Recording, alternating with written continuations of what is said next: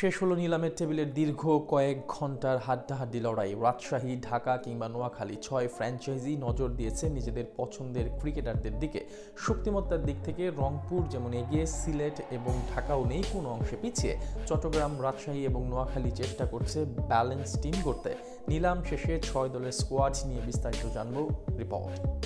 শেষ হলো দীর্ঘ কয়েক ঘন্টার মহারণ। নিলামের টেবিলে সবগুলো দল চেয়েছে নিজেদের পছন্দ মতো শক্তিশালী স্কোয়াড গড়তে। গোল টেবিলের খেলায় রংপুর রাইডার্স যেমন নিজেদের মুনশিয়ানা দেখিয়েছে, তেমনি পিছিয়ে ছিল না রাজশাহী ওয়ারিয়র্স, ঢাকা ক্যাপিটালসের মতো ফ্র্যাঞ্চাইজিগুলো। অন্যদিকে নাইম শেখকে নিয়ে চমক দেখিয়েছে চট্টগ্রাম রয়্যালস। 6 দলের কাছেই অবশ্য এখন আছে বেশ কিছু নামি দামি ক্রিকেটার। নিলামের সবচেয়ে বড় চমক দিয়েছে রংপুর রাইডার্স। তাদের স্কোয়াডে প্রথম পছন্দ ছিলেন এই ক্যাটাগরির ক্রিকেটার এবং বাংলাদেশ জাতীয় দলের অধিনায়ক লিটন কুমার দাস। নিলামের টেবিলে দ্বিতীয় ক্রিকেটার হিসেবে নাম উঠেছিল লিটনের। সেখান থেকে 70 লক্ষ টাকায় তাকে স্কোয়াডে নিয়েছে রংপুর রাইডার্স। তাদের দ্বিতীয় ক্রিকেটার হলেন জাতীয় দলের আরেক তারকা ব্যাটার তাওহিদ হৃদয়। অকশনে বেশ লড়াই ডানহাতি এই তারকার জন্য, যার ফলস্বরূপ আজ দ্বিতীয় সর্বোচ্চ দাম উঠেছে তার। হৃদয়কে নিয়েছে তারা 92 লাখে। তৃতীয় প্লেয়ার হিসেবে ডানহাতি নাহিদ রানাকে নিয়েছে 56 লাখ, আর বি ক্যাটাগরি থেকে রাকিবুল হাসানের জন্য ব্যয় করে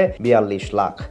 বিরতি থেকে ফিরে রংপুর রাইডার্সের কাছ থেকে সবচেয়ে বড় চমক ছিল টাইগার দলের সাবেক অধিনায়ক মাহমুদুল্লাহ রিয়াদ। ভিত্তিমূল্য 35 লাখে তাকে স্কোয়াডে নেয় ফ্র্যাঞ্চাইজিটি। তার সঙ্গে ইফতেখার হোসেন ইফতি, মেহেদি হাসান সোহাগ যোগ দেন এখানে। শাকিব খানের ঢাকা ক্যাপিটালসও পিছিয়ে নেই। নিলামের টেবিল থেকে তাদের প্রথম ক্রিকেটার ছিলেন শামীম হোসেন পাটোয়ারি, তাকে নেয় 56 লাখ দিয়ে। এরপর ঢাকা ক্যাপিটালসের পছন্দ ছিলেন মোহাম্মদ সাইফুদ্দিন, তার জন্য খরচ করে 68 লাখ টাকা। উইকেট কিপার মোহাম্মদ মিথুনকে 52 লাখ টাকায়, তাইজুল ইসলাম 30 লাখ টাকায় নেয় তারা। তাদের পাশাপাশি হার্ড হিটার সাব্বির রহমানকে 28 লাখে দলে নেয় ঢাকা।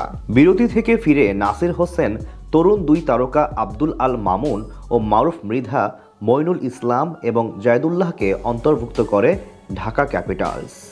সিলেটে খেলবেন জাতীয় দলের ওপেনার পারভেজ হোসেন ইমন, তাকে নেয় 35 লাখ টাকা দিয়ে। ঘরের ছেলে সৈয়দ খালেদ আহমেদের জন্য ব্যয় করেছে 47 লাখ টাকা। আফিফ হোসেন ধ্রুব ও রনি তালুকদারের জন্য ব্যয় করেছে 22 লক্ষ টাকা করে। এছাড়া জাকির হাসান, রুয়েল মিয়ারা খেলবেন সিলেট টাইটান্সে। এছাড়া আরিফুল ইসলাম ইথুন, জাতীয় দলের পেসার ইবাদত হোসেন, শহীদুল ইসলাম, তৌফিক খান তুষার এবং সর্বশেষ মুমিনুল হককে দেশীয় কোটায় স্কোয়াডে নেয় সিলেট। তাদের পাশাপাশি যুক্তরাষ্ট্রের অ্যারন জন্স খেলবেন তাদের হয়ে। চট্টগ্রাম রয়্যালস দিনের শুরুতে 1 কোটি 10 লাখ টাকা দিয়ে নিলামের সবচেয়ে দামি ক্রিকেটার নাইম শেখকে নিয়ে নেয় তারা। এরপর 44 লাখে শরীফুল ইসলাম, 22 লাখে আবু হায়দার রনি, 37 লাখে জাতীয় দলের টেস্ট ব্যাটার মাহমুদুল হাসান জয়।